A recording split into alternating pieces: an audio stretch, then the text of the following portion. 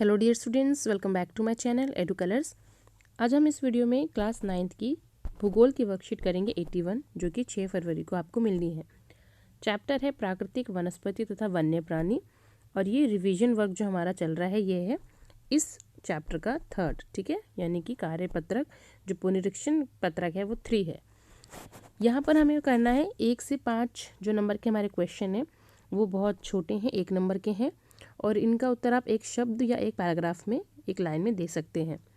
इसके बाद हम देखते हैं कि हमारा जो पहला क्वेश्चन है वो मैंग्रोव वन के बारे में है, और उसी तरीके से आगे भी एक अनुच्छेद है जिसके बारे में हमें पढ़ना है। तो चलिए वर्कशीट शुरू करते हैं। और अब जो मेरा चैनल है एडू कलर्स, उसको आप सब ज़रूर सब्सक्राइब करें। जो बच्चे नए हैं मेरे इस चैनल पे, वो मेरी वीडियो को देखें, शेयर करें, और मेरे चैनल एडू कलर्स को ज़रूर सब्सक्राइब करें। अब हम चलते हैं हमारे पहले क्वेश्चन की तरफ। हमारा पहला क्वेश्चन है बच्चों, मैंग्रोव वनों की वनस्पति की कोई एक प्रमुख विशेषता लिखिए। तो मैंग्रोव वन जो है बेसिकली खारे पानी में पाए जाते हैं, जो डेल्टाई प्रदेश होते हैं वहाँ पर हमें मैंग्रोव वन मिलते हैं। तो इसकी एक विशेषता है कि इन वनों में वृक्षों की जो छाल होती है वो खारे जल के कारण नमकीन व कठोर हो जाती है, ठीक है। जैसे कि मैंने अभी बताया, खारे पानी में ये जो वृक्ष हैं पाए जाते हैं, और आधे पानी में ये खारे पानी में डूबे होते हैं, और डेल्टाई क्षेत्रों में ये पाए जाते हैं मैंग्रोव वन, ठीक है। यहाँ पर जो वृक्ष पाया जाता है वो होता है सुंदरी वृक्ष। अब हमारा अगला क्वेश्चन है, सिनकोना के वृक्ष कितनी वर्षा वाले क्षेत्र में पाए जाते हैं। तो इसका उत्तर है 100 सेंटीमीटर से जहाँ अधिक वर्षा होती है वहाँ पर सिनकोना के वृक्ष पाए जाते हैं। अगला क्वेश्चन है, उष्णकटिबंधीय पर्णपाती वनों के संदर्भ में भी विचार करना है। तो यहाँ पर 2 कथन दिए हुए हैं, वो दोनों ही उष्णकटिबंधीय पर्णपाती वन से जुड़ते हैं या नहीं, फिर हम उसके ऑप्शंस पे चलेंगे। तो पहला इसका कथन है, इन वनों को मानसूनी वन भी कहते हैं। तो इन वनों को मानसूनी वन कहते हैं, ये करेक्ट है, ठीक है ना। ये यानी कि ये जो स्टेटमेंट दिया हुआ है ये बिल्कुल सही है। ये वन उन क्षेत्र में पाए जाते हैं जहाँ वार्षिक वर्षा 70 सेंटीमीटर से भी कम होती है। ये गलत है, क्योंकि जहाँ पर मानसूनी वन है या जहाँ पर उष्णकटिबंधीय पर्णपाती वन पाए जाते हैं वहाँ पर वर्षा जो है 70 सेंटीमीटर से अधिक होती है, ना कि कम। तो यहाँ पर हम देखेंगे कि हमारा कौन सा ऑप्शन सही है। तो इसमें से पूछा है कि कौन सा कथन सही है, तो केवल कथन 1 जो है वो सही है, तो हमारा उत्तर होगा का, ठीक है। उसके बाद है अगला क्वेश्चन हमारा, क्वेश्चन नंबर 4, भारत में अधिकतर क्षेत्र पर किस प्रकार के वनों का विस्तार है। तो भारत के अगर आप मानचित्र को देखें तो इसमें आप देखेंगे ये जो ग्रीन कलर वाला पोर्शन आपको दिख रहा है ये वाला, इसका विस्तार सबसे ज़्यादा है, और ये है उष्णकटिबंधीय पर्णपाती वन, ठीक है। तो आंसर आपका क्या होगा, उष्णकटिबंधीय पर्णपाती वन, ये आपका आंसर होगा का। भारत के किस केंद्र शासित प्रदेश में वनों का क्षेत्रफल सबसे कम है।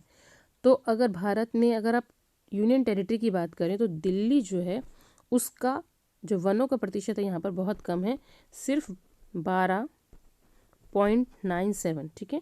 12.97% जो है यहाँ पर दिल्ली में वृक्ष पाए जाते हैं, जो कि ज़्यादा अच्छी स्थिति नहीं है। उसके बाद अनुच्छेद दिया हुआ है, उस अनुच्छेद में भारत में जो जैव विविधता है, यानी कि डिफरेंट टाइप के जो फूल, पौधे, जानवर, ये सब पाए जाते हैं, तो यहाँ पे उनकी विशेषताएं जो हैं बताई गई हैं भारत की। तो अब हम उसको अपने क्वेश्चन में देखते हैं कि क्वेश्चन में हमारे क्या हैं और उनके आंसर्स क्या हो सकते हैं।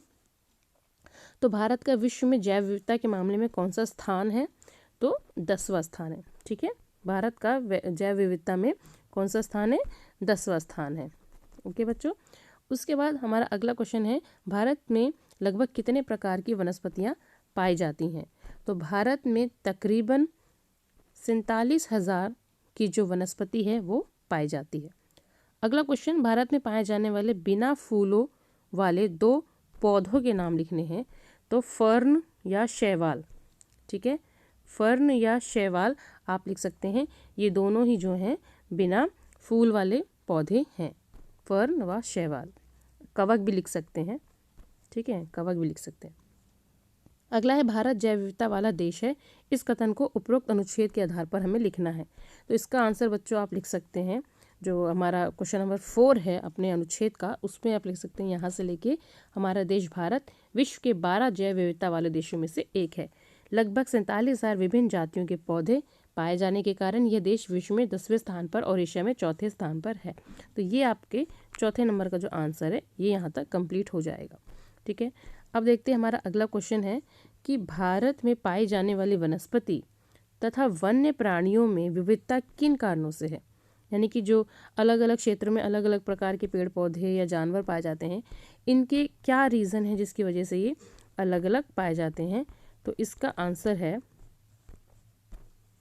कि भारत में जो जैव विविधता पाई जाती है उसमें जैसे धरातल, जलवायु, पारिस्थितिक तंत्र, इसमें आप मिट्टी भी ऐड कर सकते हैं।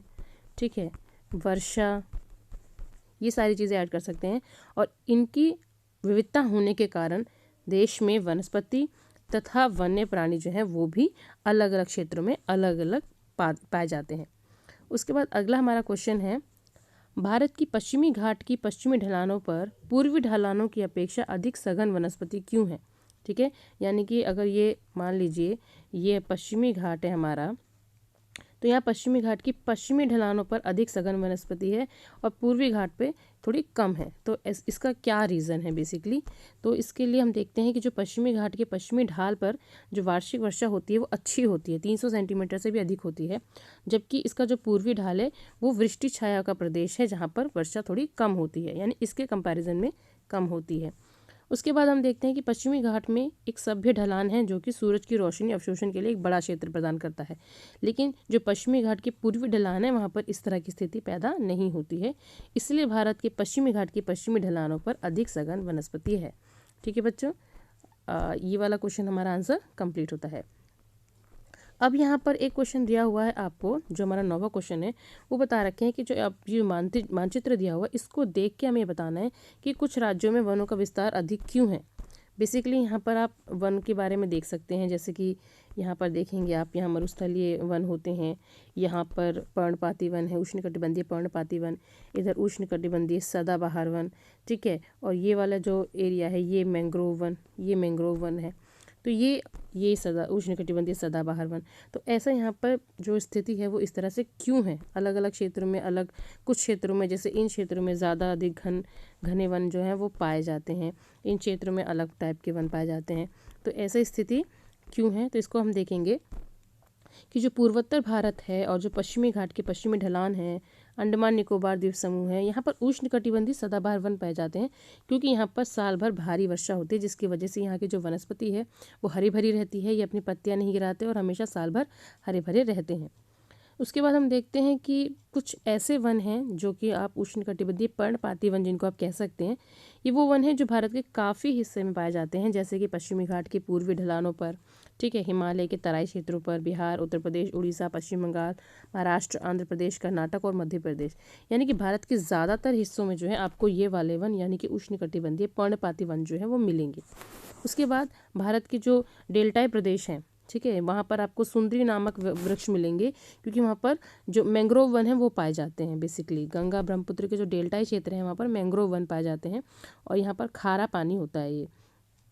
और उसके बाद सबसे कम जो वन हम देखते हैं वो है मरुस्थलीय वन, क्योंकि यहाँ पर बहुत कम वर्षा होती है, इसलिए यहाँ पर उष्णकटिबंधीय कटीले वन तथा झाड़ियाँ हमें मिलती हैं। अच्छा, अब यहाँ पर अगला क्वेश्चन है हमारा कि भारत में बहुत संख्या में हम देखते हैं कि जो जीव हैं या जो पेड़ पौधे हैं उनकी प्रजातियाँ संकट में हैं। तो ऐसा क्यों है, तो हम देखते हैं कि भारत में तकरीबन 1300 जो पेड़ पौधों की प्रजातियाँ हैं वो संकट में हैं और 20 पौधों की प्रजातियाँ जो हैं वो मतलब बिल्कुल गायब हो चुकी हैं। ऐसा इसलिए है क्योंकि जो लोग हैं कृषि ज़्यादा कर रहे हैं, उद्योग लगा रहे हैं, आवास यानी रहने योग्य घर बना रहे हैं, जिसकी वजह से तेज़ी से कटाई हो रही है। फिर हम देख रहे हैं कि जो विदेशी प्रजातियां हैं, यानी कि जो पादप में जो विदेशी प्रजातियां हैं उनका तेज़ी से भारत में प्रवेश हो रहा है, जिससे कि भारतीय जो प्रजाति है वो एक तरीके से ख़त्म होती जा रही है। व्यापारियों द्वारा अपने व्यवसाय के विकास के लिए जंगली जानवरों को बड़े पैमाने पर मारा जा रहा है। ठीक है, उनके चमड़ा या उनका जो उनके दांत होते हैं उनका उपयोग किया जा रहा है वो अपने व्यापार को बढ़ाने के लिए। रसायन और औद्योगिक जो भी पदार्थ, जहरीले पदार्थ निकलते हैं, उससे जानवरों की मृत्यु हो रही है। तेज़ाब वगैरह इन सब चीज़ों में इतना मिला होता है जिससे कि जो जानवर हैं जब उसको कंज्यूम कर लेते हैं तो इससे उनकी मृत्यु भी हो जाती है।